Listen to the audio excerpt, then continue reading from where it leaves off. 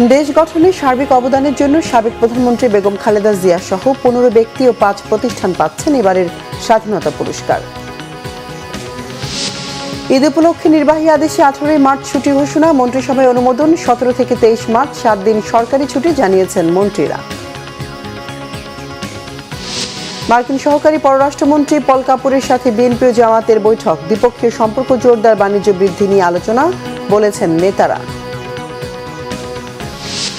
বাংলাদেশ ব্যাংকের গভর্নরের নিয়োগ বাতিলের দাবি টিআইবির, র্যাব বিলুপ্তি ও পুলিশ কমিশন সংস্কার বাতিল সহ 35 দফা সুপারিশ ইফতেখারুজ্জামানের। জুলাই অভ্যুত্থানের প্রথম শহীদ শিক্ষার্থী আবু সাইদ হত্যা মামলার রায় 9 এপ্রিল, আসামিদের সর্বোচ্চ সাজা চায় প্রসিকিউশন।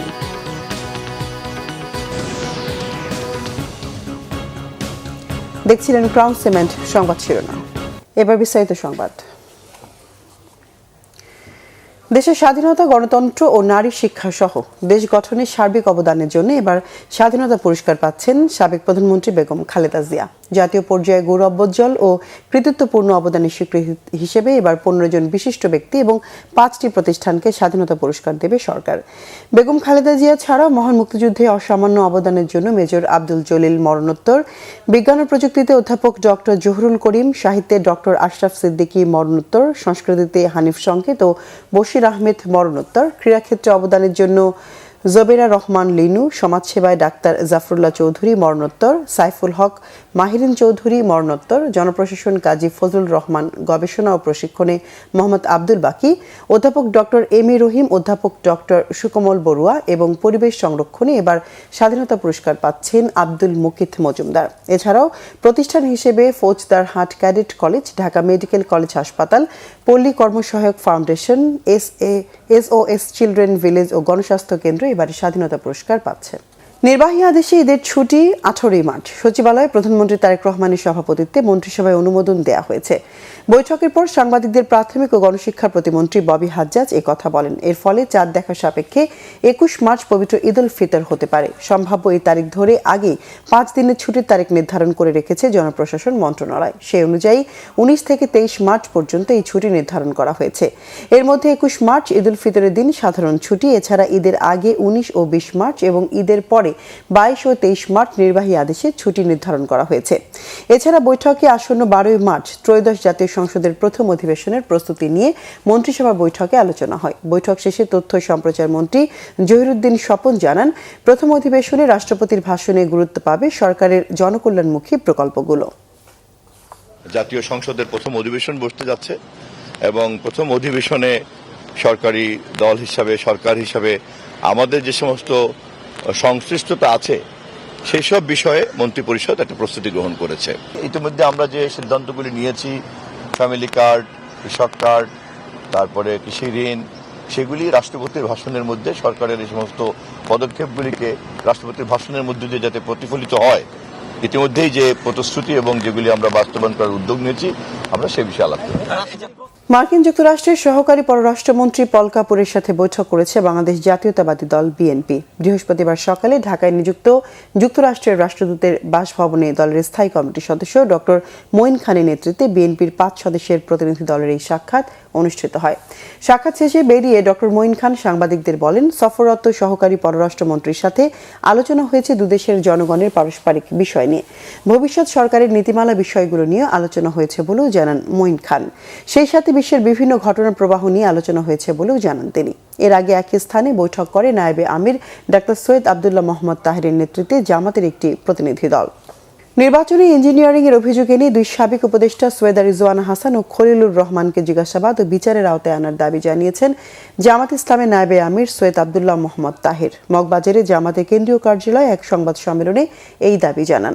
তিনি বলেন, 12 ফেব্রুয়ারি নির্বাচন বাহ্যিকভাবে গ্রহণযোগ্য মনে হলেও সন্ধ্যার পর থেকেই জাল ভোট, এজেন্টদের কেন্দ্রে ঢুকতে না দেয়া এবং নানা অনিয়মের অভিযোগ আসে। 53টি আসনে আনুষ্ঠানিক অভিযোগ দায়ের করা হয়েছে এবং এই নিয়ে আইনি লড়াই চলবে। সাবেক উপদেষ্টা সৈয়দা রিজওয়ানা রেজওয়ানা হাসানের কথা উল্লেখ করে তিনি নির্বাচনী ইঞ্জিনিয়ারিং এর তথ্য দিয়েছেন বলেও মন্তব্য করেন। তাহের অভিযোগ করেন, সাবেক নিরাপত্তা উপদেষ্টা খলিলুর রহমান রাজনৈতিক আতাতের পুরস্কার হিসেবে মন্ত্রিত্ব পেয়েছেন। সংবিধান সংস্কার ও জুলাই সনদে যে ঐকমত্য হয়েছে তা বাস্তবায়নে সরকার নানা অজুহাত দিচ্ছে এবং আদালতকে ব্যবহার করে জনরায় উপেক্ষা করছে বলেও অভিযোগ তার। ডেপুটি স্পিকার ইস্যুতে তিনি বলেন, লিখিত প্রস্তাব এলে দলীয়ভাবে আলোচনা করে সিদ্ধান্ত নেওয়া হবে। বাংলাদেশ ব্যাংকের নবনিযুক্ত গভর্নরকে সরিয়ে নতুন কাউকে নিয়োগের সুপারিশ করেছে ট্রান্সপারেন্সি ইন্টারন্যাশনাল বাংলাদেশ টিআইবি। সংস্থাটির প্রধান নির্বাহী ইফতেখারুজ্জামান বলেন, এই নেতৃত্বের হাতে কেন্দ্রীয় ব্যাংক ছেড়ে দেওয়া ঠিক হবে না। বিএনপির দুর্নীতি বিরোধী প্রতিশ্রুতি বাস্তবায়নে ৩৫ দফা সুপারিশের পাশাপাশি অন্তর্বর্তী সরকারের করা পুলিশ সংস্কার কমিশন অধ্যাদেশ, জ্বালানি মহাপরিকল্পনা বাতিল ও র্যাব বিলুপ্তির সুপারিশও করেছে টিআইবি। রকুনুজ্জামানের রিপোর্ট। নবনির্বাচিত বিএনপি সরকারের দুর্নীতি বিরোধী প্রতিশ্রুতি বাস্তবায়নে বিভিন্ন খাতে ৩৫ দফা সুপারিশমালা দিয়েছে ট্রান্সপারেন্সি ইন্টারন্যাশনাল বাংলাদেশ। এখন পর্যন্ত সরকার প্রধানের ঘোষণা ও উদ্যোগকে দুর্নীতি বিরোধী প্রতিশ্রুতি বাস্তবায়নে ইতিবাচক বলেই দেখছে প্রতিষ্ঠানটি। তবে প্রতিশ্রুতি বাস্তবায়নে শুরুতেই বেশ কিছু ঘটনাকে চ্যালেঞ্জ হিসেবে দেখছে সংস্থাটি। তার মধ্যে মপ করে বাংলাদেশ ব্যাংকের গভর্নর নিয়োগ ও আওয়ামী লীগ সরকারের সবচেয়ে বড় অর্থ লোপাটকারীর সাথে নতুন গভর্নরের সংশ্লিষ্টতার অভিযোগ, চাঁদাবাজির বৈধতা দিয়ে এক মন্ত্রীর বক্তব্য এবং সর্বশেষ দুদক কমিশনারদের পদত্যাগের মতো ঘটনাগুলোকে সরকারের দুর্নীতি বিরোধী প্রতিশ্রুতি বাস্তবায়নের চ্যালেঞ্জ হিসেবে চিহ্নিত করেছে টিআইবি। যাকে গভর্নর নিয়োগ দেওয়া হয়েছে, যে প্রক্রিয়া হোক না কেন, অত্যন্ত জোরালো স্বার্থের দ্বন্দ্ব এখানে বিরাজ করবে। কাজেই এই নেতৃত্বের হাতে বাংলাদেশ ব্যাংক ছেড়ে দেওয়াটা সামনের ৫ বছরের জন্য কোনো অবস্থায় গ্রহণযোগ্য হতে পারে না বলে আমরা মনে করি। বাংলাদেশ থেকে অর্থ সম্পদ লুটপাটের অন্যতম যে যারা দায়ী তাদের শীর্ষ পর্যায়ের ব্যক্তি বা প্রতিষ্ঠানকে এইভাবে পুনরায় কর্তৃত্বে ফিরিয়ে আনা, সেটি কোনো অবস্থায় রাষ্ট্রের জন্য কল্যাণকর হবে না। এটি আমার আপনার বলার বিষয় না, এটি আমি মনে করি সরকারের জানা কথা, সরকার প্রধানের অবশ্যই নিজেরই জানার কথা। কাজেই আমরা সকলে সরকারের দৃষ্টি আকর্ষণ করছি এবং সরকারের প্রধানের দৃষ্টি আকর্ষণ করছি এই বিষয়টিকে বিশেষভাবে গুরুত্ব সহকারে বিবেচনা নিয়ে বাংলাদেশ ব্যাংকের গভর্নরের নিয়োগ বাতিল করে নতুন গভর্নরের নিয়োগ উদ্যোগ গ্রহণ করা। এছাড়া র্যাব বিলুপ্তি, অন্তর্বর্তী সরকারের করা পুলিশ সংস্কার কমিশনের অধ্যাদেশ বাতিল সহ বেশ কিছু সিদ্ধান্তের পুনর্মূল্যায়নের সুপারিশ করেছে টিআইবি। বিএনপির বিভিন্ন পর্যায়ের নেতা কর্মী এবং সমর্থকদের এবং আমলাতন্ত্র এবং ব্যবসায়ীদের প্রায় সকল পেশাজীবীর মধ্যেই একাংশের মধ্যেই দৃশ্যমান একটা প্রবণতা, যেটা আমরা এর আগেও আপনাদের মাধ্যমে বলেছি, এবার আমাদের পালা। এই যে এবার আমাদের পালা যে সংস্কৃতি, সেটার বিকাশ রোধে, সেটাকে প্রতিহত করার জন্য দলীয় দল ও দলীয় অঙ্গ সংগঠন সহ সকল দলীয় আনুগত্য পুষ্ট সকল ক্ষেত্রে শুদ্ধতার চর্চা নিশ্চিত করতে হবে এবং সেই জন্য দল ও সরকারের শীর্ষ পর্যায় থেকে দুর্নীতির বিরুদ্ধে শূন্য সহনশীলতার দিক নির্দেশনা সহ সর্বোচ্চ গুরুত্ব প্রদান করতে হবে। পেশাজীবী সংগঠনগুলোকে দলীয় প্রভাবমুক্ত রাখা, দলীয় রাজনৈতিক বিবেচনার ঊর্ধ্বে থেকে জুলাই অভ্যুত্থান ও কর্তৃত্ববাদী সরকারের আমলে হওয়া হত্যা অপরাধের সুষ্ঠু তদন্ত ও বিচার অব্যাহত রাখার সুপারিশও করেছে সংস্থাটি। রকুনুজ্জামান, বাংলা ভিশন, ঢাকা। জুলাই গণ অভ্যুত্থানের প্রথম শহীদ রংপুর বেগম রোকেয়া বিশ্ববিদ্যালয়ের শিক্ষার্থী আবু সাইদ হত্যা মামলার রায় ৯ এপ্রিল। বৃহস্পতিবার আন্তর্জাতিক অপরাধ ট্রাইব্যুনাল ২ এর চেয়ারম্যান বিচারপতি নজরুল ইসলাম চৌধুরীর নেতৃত্বাধীন ৩ সদস্যের বিচারিক প্যানেল এই তারিখ নির্ধারণ করেন। প্রসিকিউশন আসামিদের সর্বোচ্চ শাস্তি দাবি করেছেন। বিস্তারিত সৈকত সাদিকের প্রতিবেদনে। ২০২৪-এর জুলাই আন্দোলনের প্রথম শহীদ আবু সাইদ। ১৬ জুলাই রংপুরে বৈষম্য বিরোধী ছাত্র আন্দোলনে রোকেয়া বিশ্ববিদ্যালয়ের শিক্ষার্থী আবু সাইদ পুলিশের বুলেটের সামনে বুক পেতে দিয়েছিলেন, যার আত্মত্যাগে মুড় ঘুরিয়ে দিয়েছিল জুলাই আন্দোলন। টানা ৩৬ দিনের আন্দোলনে অবশেষে ক্ষমতাচ্যুত হন তৎকালীন প্রধানমন্ত্রী শেখ হাসিনা। আবু সাইদ হত্যার দায়ে মানবতা বিরোধী অপরাধের এই মামলায় ৯ এপ্রিল রায় দিচ্ছে আন্তর্জাতিক অপরাধ ট্রাইব্যুনাল ২। গেল বছরের ২৪শে জুন রংপুর বিশ্ববিদ্যালয়ের তৎকালীন ভিসি হাসিবুর রশিদ, রংপুর রেঞ্জের ডিআইজি, বিশ্ববিদ্যালয়ের প্রক্টর সরাসরি গুলির সঙ্গে জড়িত আইনশৃঙ্খলা বাহিনীর সদস্য সহ ৩০ জনকে আসামি করে তদন্ত প্রতিবেদন দাখিল করে ট্রাইব্যুনালের তদন্ত সংস্থা। দীর্ঘ ৮ মাস ধরে চলমান বিচারিক কার্যক্রম শেষে মামলাটি এখন রায়ের জন্য অপেক্ষা। বিজ্ঞ আদালত এই মামলার রায় ঘোষণার জন্য তারিখ নির্ধারণ করেছেন আগামী এপ্রিল মাসের ৯ তারিখে। এই দিন এই মামলার রায় ঘোষণা করবেন মর্মে আদালত আজকে ঘোষণা করেছেন। সর্বমোট 25 জনের সাক্ষ্য গ্রহণ করেছি। আমরা আশা করছি এই মামলায় আমরা সন্দেহাতীতভাবে প্রমাণ করতে পেরেছি বিধায় আমরা সর্বোচ্চ শাস্তি আশা করতেছি। তবে আসামি পক্ষের আইনজীবীদের দাবি, গুলির কারণে আবু সাইদের মৃত্যু হয়নি। তাদের প্রত্যাশা আসামিরা ট্রাইব্যুনালে ন্যায় বিচার পাবেন। আমার সুস্পষ্ট আর্গুমেন্ট ছিল এই ট্রাইব্যুনালে যে আবু সাইদ যেহেতু একজন বীর ছিলেন এবং তার বীরত্বগাথা রাষ্ট্র স্বীকৃতি দিয়েছে, তার এই বীরত্বগাথার ঘটনাটিকে ছাপিয়ে একজন unarmed peaceful sit in civilian হিসেবে তার এই মামলাটা এখানে আনাটা আইনগতভাবে কতটুকু যুক্তিযুক্ত তা ট্রাইব্যুনালের ফাইন্ডিংস এবং ভবিষ্যতে আপিল বিভাগের আপিলের নিষ্পত্তির মাধ্যমে ইহা পরিলক্ষিত হইবে বলে আমি বিশ্বাস করি। বেগম রোকেয়া বিশ্ববিদ্যালয়ের সাবেক উপাচার্য হাসিবুর রশিদ সহ এই মামলায় মোট আসামির মধ্যে 24 আসামি পলাতক রয়েছেন। গ্রেপ্তার আছেন পুলিশ সদস্য সহ 6 আসামি। সৈকত সাদিক, বাংলা ভিশন, ঢাকা। খুলনার ডাকবাংলো মোড়ে শ্রমিক দলের নেতা ও পরিবহন শ্রমিক ইউনিয়নের সাবেক সভাপতি মাসুম বিল্লাহকে হত্যার কথা স্বীকার করেছে অস্ত্রসহ আটক অশোক ঘোষ। পুলিশ জানায়, ময়নাতদন্ত শেষে মাসুম বিল্লাহর লাশ এরই মধ্যে পরিবারের কাছে হস্তান্তর করা হয়েছে। এদিকে গুলি করে পালানোর সময় আটক অশোক ঘোষ প্রাথমিক জিজ্ঞাসাবাদে খুন করার কথা স্বীকার করলেও হত্যাকাণ্ডের কারণ সম্পর্কে কিছুই জানাতে পারেনি।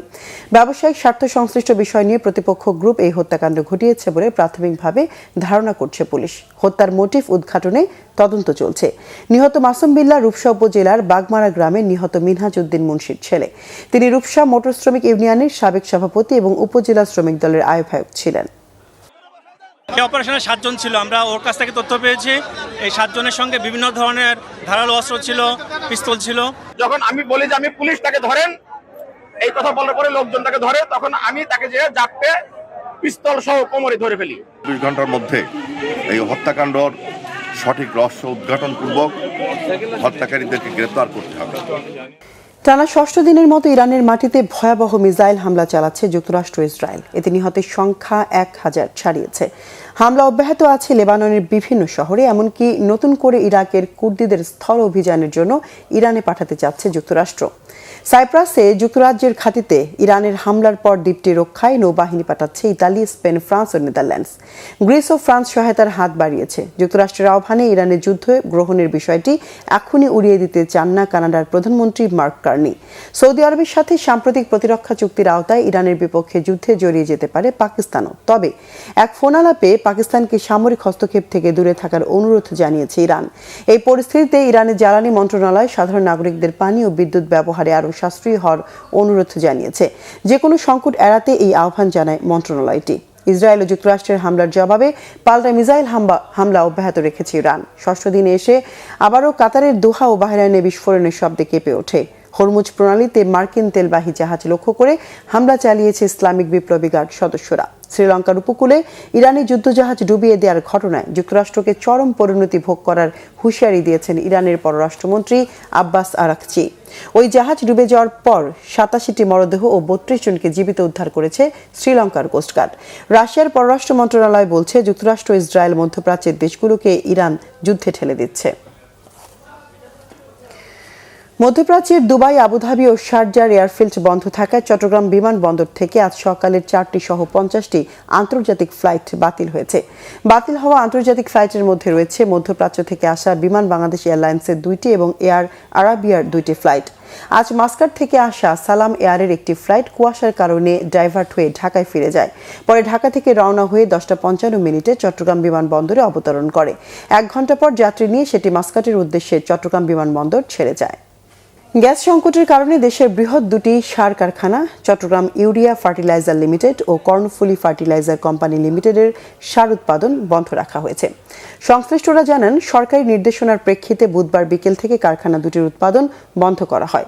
উৎপাদন বন্ধ থাকার কারণে ইউরিয়া ফার্টিলাইজার লিমিটেডের দৈনিক প্রায় 1000 মেট্রিক টন ইউরিয়া এবং কর্ণফুলী ফার্টিলাইজার কোম্পানি লিমিটেডের 1725 মেট্রিক টন ইউরিয়া সহ 1500 মেট্রিক টন অ্যামোনিয়া সার উৎপাদন ব্যাহত হচ্ছে। এতে কিছুটা উদ্বেগ তৈরি হলেও গ্যাস সরবরাহ স্বাভাবিক হলেই দ্রুতই উৎপাদন শুরু করা হবে বলে জানান তারা। ঢাকার উপকণ্ঠ শিল্পাঞ্চল সাফারি ফুটপাত ফুটওভার ব্রিজ সহ মহাসড়কের দুই পাশ দখল করে ব্যবসা প্রতিষ্ঠান গড়ে তুলছে স্থানীয় প্রভাবশালীরা। এতে চরম ভোগান্তিতে পড়েছেন পথচারীরা। ভাসমান দোকানগুলোতে দেয়া হচ্ছে অবৈধ বিদ্যুৎ সংযোগ। প্রশাসন ও দায়িত্বশীল সকলের নাকের ডগাতেই চলছে এসব, দেখার যেন কেউ নেই। সাফার প্রতিনিধি নজমুল হুদা শাহিনের তথ্য, ছবিতে নাজমুল নিশানের ডেস্ক রিপোর্ট। সাভার শিল্পাঞ্চলে পাল্লা দিয়ে বাড়ছে ভাসমান দোকান। ঢাকা আরেচা মহাসড়ক ও নবীনগর চন্দ্রা মহাসড়ক, বাইপাইল আব্দুল্লাপুর বিরুলিয়া সড়ক, সিএনবি আশুলিয়া সড়ক সহ বেদখল হয়েছে বিভিন্ন মহাসড়ক ও আঞ্চলিক সড়কের দুই পাশ। স্থানীয়দের অভিযোগ, অভ্যুত্থানের পর সাভার বাজার বাস স্ট্যান্ডের দুপাশে ফুটপাত ও মহাসড়কের এক অংশ বেদখল করেছে একটি মহল। এতে যানজট বাড়ার পাশাপাশি ঝুঁকি নিয়ে চলাচল করছে পথচারীরা। যারা ফুটপাতের উপর ব্যবসা করে ওখানে ভিড় লেগে যায়, অনেকে মানিব্যাগ হারিয়ে যায়, পকেটের টাকা ছিনতাই হয়ে যায়। এটা যারা আইন প্রশাসনের লোক আছে তারা দেখেও দেখে না, যারা উচ্চ পদস্থ কর্মকর্তা আছে তারাও কিছু এই ব্যাপারে পদক্ষেপ নেয় না। এটাও একটা বড় সমস্যা। আমরা চাই সাভারের যে ফুটপাত আছে ফুটপাতের সাধারণ জনগণ হাঁটতে পারে, সময় যাতে অপচয় না হয়, ব্যবসা জায়গায় ব্যবসা করবে। ফুটপাত দখল করে কিসে যাবে, এটা আমরা একমত না। আমরা চাই এই পরিচ্ছন্ন সাভার। বাজার বাস স্ট্যান্ডে এই ফুটপাতের কারণে স্বাভাবিক চলাচল করতে পারে। মানুষের উপরে মানুষ গা ঘেঁষে দিয়ে আসা যাওয়া করে, এটা তো সচেতনতার অভাব আর কি। মার্কেটের পিছনে একটা ছোটখাটো মার্কেট করে দিয়েছে, সবাই যদি ওইখানে যায় এই জনগণের দুর্ভোগটা হয় না। বিভিন্ন স্থানে ভাসমান দোকানগুলো শনাক্ত করে দ্রুত অভিযান চালানোর আশ্বাস দিয়েছেন উপজেলা নির্বাহী কর্মকর্তা। আমাদের সার্ভিস লেন যেগুলো আছে তার অধিকাংশই আসলে অবৈধ দখলদার বা হকার কর্তৃক দখল হয়ে গেছে। তো আমরা এরকম আসলে 6টি স্পট সাভারে চিহ্নিত করেছি। আজ উপজেলা প্রশাসনের পক্ষ থেকে নবীনগর টু আমাদের যেটা চন্দ্রা হাইওয়ে আছে সেখানে আমরা অভিযান পরিচালনা করছি। এর পরবর্তীতে অন্যান্য স্পটগুলোতে অভিযান পরিচালনা করা হবে। প্রশাসনের কার্যকরী ভূমিকা ছাড়া জনভোগান্তি দূর করা সম্ভব নয় বলে মনে করেন স্থানীয়রা। Bangla vision news desk. দেশের বিভিন্ন জায়গার আরো কিছু খবর নিয়ে এখন একটি ডেস্ক রিপোর্ট দেখুন। সাভারের আশুলিয়ায় ভূমিদস্যু ও চাঁদাবাজদের বিরুদ্ধে সাঁড়াশি অভিযানে নেমেছেন ঢাকা 19 আসনের সংসদ সদস্য ডাক্তার দেওয়ান মোহাম্মদ সালাউদ্দিন বাবু। সকালে বিভিন্ন এলাকায় তিনি এই অভিযান পরিচালনা করেন। এ সময় রুবেল মণ্ডল ও বাবুল হোসেন নামে দুজনকে পুলিশের সোপর্দ করা হয়। সরকারের বৃক্ষরোপণ কর্মসূচির অংশ হিসেবে বৃক্ষরোপণ শুরু হয়েছে ময়মনসিংহে। দুপুরে জেলা ছাত্রদলের উদ্যোগে নগরীর ইনস্টিটিউট অব হেলথ টেকনোলজি ক্যাম্পাসে এতে উপস্থিত ছিলেন সদর আসনের সংসদ সদস্য আবু ওহাব আকন্দ। বগুড়ার সার্বিক উন্নয়নে সাংবাদিকদের সঙ্গে মতবিনিময় সভা করেছে জেলা উন্নয়ন পরিষদ। দুপুরে স্থানীয় প্রেস ক্লাব মিলনায়তনে এতে উপস্থিত ছিলেন জেলা উন্নয়ন পরিষদের আহ্বায়ক শামীম আহসান। বগুড়াকে সিটি কর্পোরেশন ঘোষণা সহ একটি পূর্ণাঙ্গ বিশ্ববিদ্যালয় এবং সিরাজগঞ্জ পর্যন্ত রেল লাইন স্থাপনের দাবি জানান বক্তারা। চট্টগ্রামে 600 টাকা কেজিতে গরুর মাংস বিক্রি করেছে জেলা প্রাণী সম্পদ অধিদপ্তর। মহানগরীর পাহাড়তলী অরলেস মোড় এলাকায় এতে উপস্থিত ছিলেন জেলা প্রাণী সম্পদ কার্যালয়ের উপপরিচালক ডাক্তার মোহাম্মদ আলমগীর। নারী মুক্তি সংঘের উদ্যোগে ঈদ উপহার সামগ্রী বিতরণ করা হয়েছে জয়পুরহাটে। সকালে সিট হেলকুন্ডা ও সগুনা গোপীনাথপুর গ্রামে এতে উপস্থিত ছিলেন সংগঠনের সভানেত্রী হোসনে পারভিন পপি, উপদেষ্টা সাংবাদিক আবু বকর সিদ্দিক সহ অন্যরা। রংপুরে আওয়ামী লীগ সরকারের সময় দখল হওয়া ডিশ লাইন ব্যবসার বিষয়টি কেবল ওয়ান কর্তৃপক্ষকে অবগত করতে গিয়ে তোপের মুখে পড়েছেন বলে অভিযোগ করেছেন জেলা যুবদল নেতা তামজিদুর রহমান গালিব। সকালে সংবাদ সম্মেলনে তিনি এ অভিযোগ করেন। Bangla vision news desk. সংবাদ শেষ করব ক্রাউন 7 শিরোনামগুলো আরেকবার জানিয়ে। দেশ গঠনে সার্বিক অবদানের জন্য সাবেক প্রধানমন্ত্রী বেগম খালেদা জিয়া সহ 15 ব্যক্তি ও 5 প্রতিষ্ঠান পাচ্ছেন এবারের স্বাধীনতা পুরস্কার। ঈদ উপলক্ষে নির্বাহী আদেশে 18 মার্চ ছুটি ঘোষণা, মন্ত্রিসভায় অনুমোদন। 17 থেকে 23 মার্চ 7 দিন সরকারি ছুটি জানিয়েছেন মন্ত্রীরা। মার্কিন সহকারী পররাষ্ট্রমন্ত্রী পল কাপুরের সাথে বিএনপি ও জামাতের বৈঠক, দ্বিপক্ষীয় সম্পর্ক জোরদার ও বাণিজ্য বৃদ্ধি নিয়ে আলোচনা, বলেছেন নেতারা। বাংলাদেশ ব্যাংকের গভর্নরের নিয়োগ বাতিলের দাবি টিআইবির, র্যাব বিলুপ্তি ও পুলিশ কমিশন সংস্কার বাতিল সহ 35 দফা সুপারিশ ইফতেখারুজ্জামানের। জুলাই অভ্যুত্থানের প্রথম শহীদ শিক্ষার্থী আবু সাইদ হত্যা মামলার রায় 9 এপ্রিল, আসামিদের সর্বোচ্চ সাজা চায় প্রসিকিউশন।